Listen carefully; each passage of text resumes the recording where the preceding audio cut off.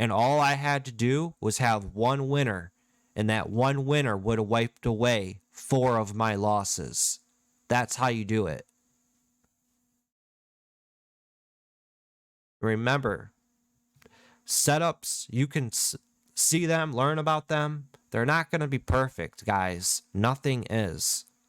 Nothing is perfect.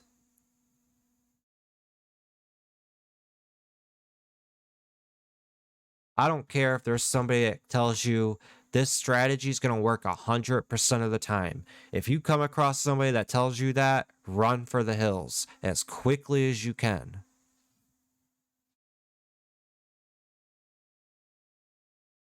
So it's just like SPRT here. You could slap a trend line right on that bad boy. Like that.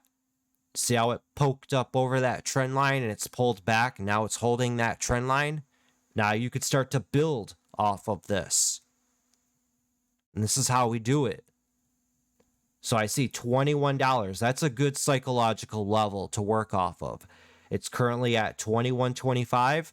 All right, so I'm looking to risk maybe 25 cents. I can see this pushing up to 21.75, 22.